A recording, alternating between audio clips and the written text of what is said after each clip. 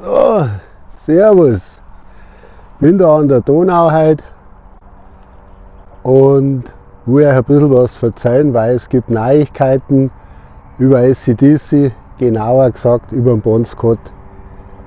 Die meisten wissen wahrscheinlich, dass der Bon Scott der ehemalige Sänger ist von AC/DC. Hits wie Highway to Hell oder TNT kennt eigentlich fast jeder. Aber was bei AC/DC ein bisschen komisch ist, die geben nichts preis über ihr Privatleben. Also die sind auf der Bühne präsent und sonst privat weiß man von denen eigentlich gar nichts. Und genauso ist es auch mit dem Bon Scott. Da ist wirklich ganz wenig bekannt. Selbst sein Tod, der wo ein bisschen mysteriös war und plötzlich natürlich hat es dann geheißen, Alkoholvergiftung, und immer wieder kommen da Gerüchte auf, dass vielleicht doch was anderes dahinter steckt. Aber das wollen wir jetzt heute nicht behandeln. Ich bin auf was gekommen, vor 2 Jahren ungefähr habe ich gesehen, dass der Bon Scott schon mal verheiratet war. Und zwar 5 Jahre lang. Und mit der Frau, die Irene Thornton, mit der war er auch bis zum Schluss, wo er gestorben ist, 1980, noch befreundet, und die haben sie regelmäßig gesehen. Und die Frau hat eben ein Buch geschrieben. Ein Buch über den Bon Scott oder über ihr Leben mit dem Bon Scott, über ihre Beziehung und was sie halt sonst so von ihm mitgekriegt hat.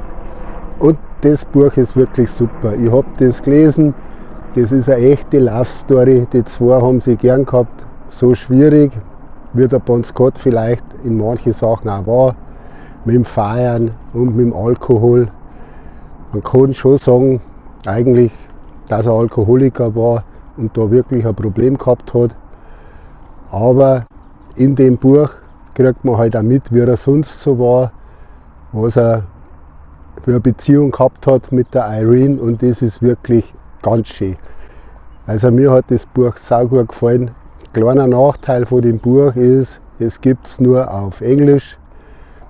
Also wer keine Lust hat, ein Buch auf Englisch zum Lesen, dem bleibt es leider vorenthalten. Aber auch für den habe ich was Wichtiges, wenn er über den Bon Scott mehr erfahren möchte. Es ist voriges Jahr, 2025, angefangen worden, ein Film zum Drehen über das Leben von Bon Scott.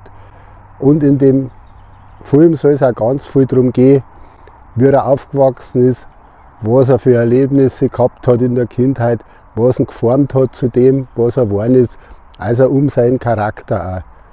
Scheinbar haben die den Film machen, auch festgestellt, genauso wie ich, dass der Charakter von Bon Scott schon ganz was Besonderes war.